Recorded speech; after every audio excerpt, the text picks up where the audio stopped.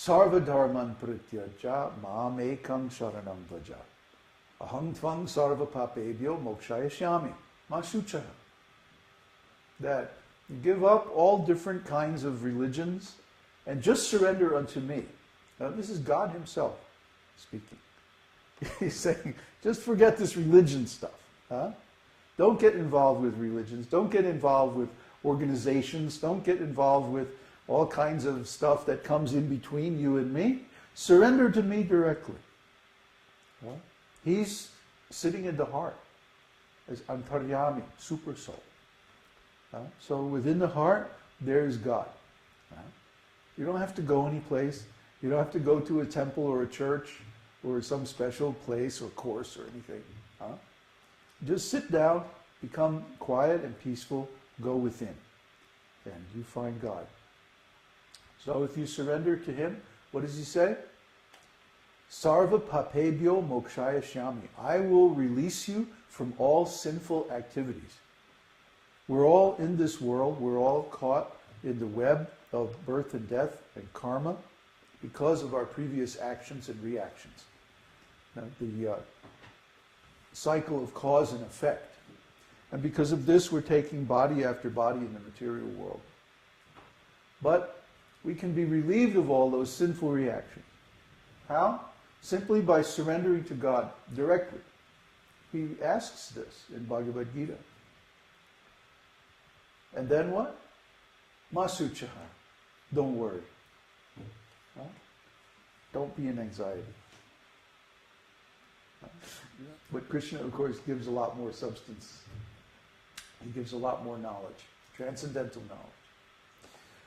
When we have this knowledge, then we don't need to cultivate any other source of knowledge, because this gives us the solution to all problems. What is a problem? Problem means I'm not happy.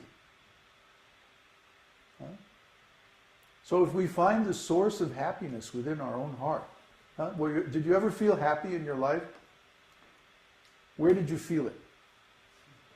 Inside, right? You don't say, oh, I'm happy over here, or I'm happy out there, or I'm happy someplace else. No, you're happy right in here when you're happy. So that feeling of happiness does not come from outside. It comes from within. So if we have that feeling of happiness from within, it doesn't matter what's going on outside. See?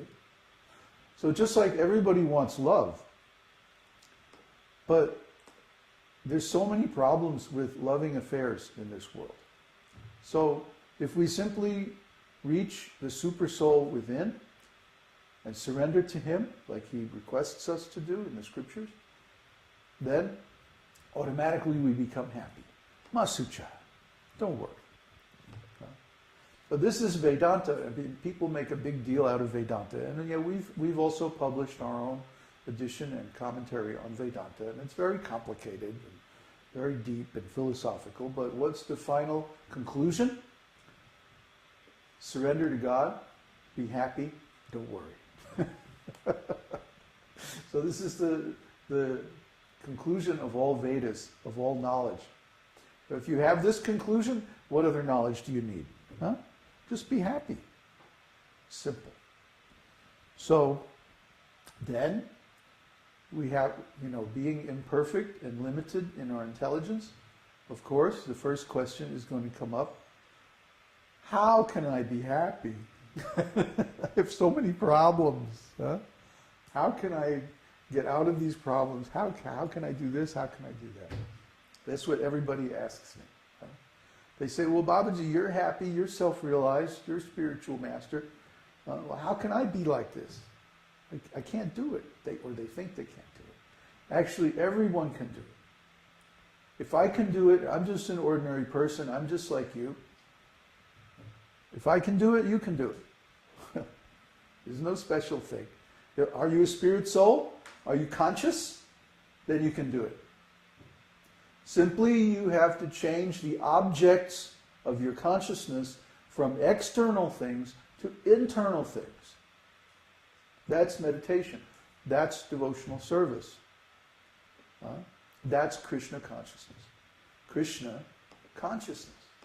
means being aware of Krishna directly, not indirectly through some symbol or some service or some like religious process or some philosophy.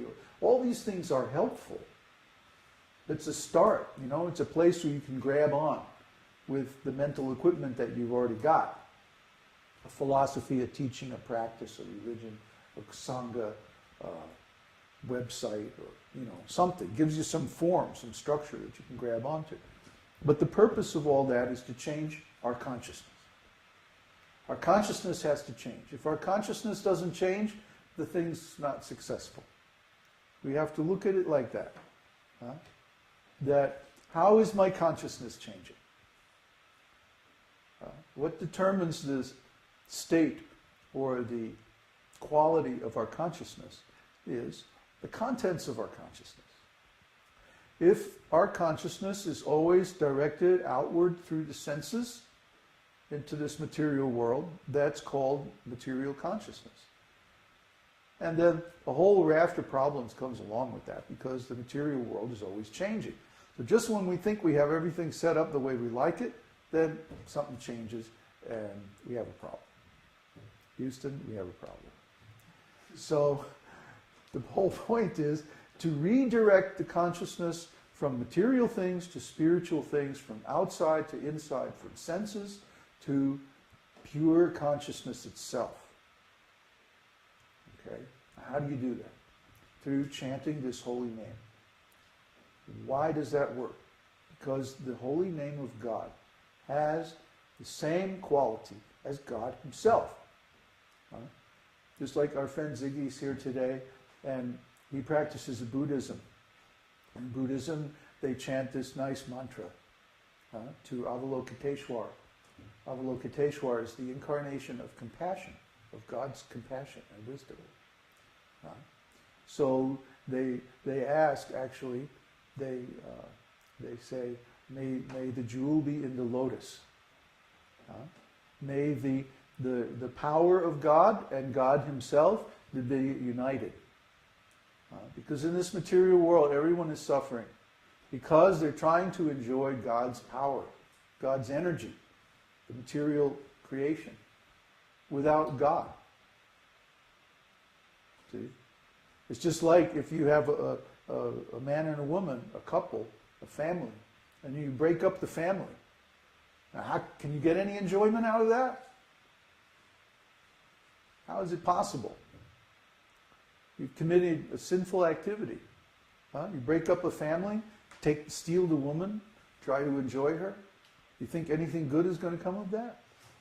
No, not possible. Confirmed. Only suffering can come of that. Ultimately, she's going to leave you and go with somebody else and like that. This is the material world. Because we're trying to separate God's energy from God and enjoy it ourselves. But we're not the enjoyers. We didn't create this world. We didn't create this material energy. So we don't really have a license to enjoy it unless we enjoy it in God's service. We employ it in God's service. Then we can enjoy. Why? Because when God is happy, everybody's happy. It's just like if you want a tree to grow very nicely, you water the root. This watering the root of the tree is called devotional service. So after Bhagavad-gītā summarizes all the philosophical issues and ties it all up nice and neat, then we have Śrīmad-Bhāgavatam. Śrīmad-Bhāgavatam is a collection of stories that describes how so many devotees became successful and actually attained consciousness of God face to face, directly. Śrīmad-Bhāgavatam. And then the analysis of Śrīmad-Bhāgavatam is Nectar of Devotion. How does it work? We may have a car, and we know how to put the key in and make it go and drive here and there. Okay. But how does it work? Why does it work the way it does? And especially if something goes wrong, how do we fix it? See? So if our spiritual life is broken, how do we fix it? We have to know how it works. We have to know the theory of operation. That's what's described in Nectar of Devotion. Nectar of Devotion describes the theory of operation of bhakti, the theory of operation of consciousness, the theory of operation of the soul, and in our relationship with God. It's very deep. It's very profound. But also very beautiful. So today we're going to be talking about chapter 3, the eligibility of the candidate for accepting devotional service. One of the things that Krishna says in Bhagavad-gītā is that a devotional service is very rare. That out of thousands and thousands of people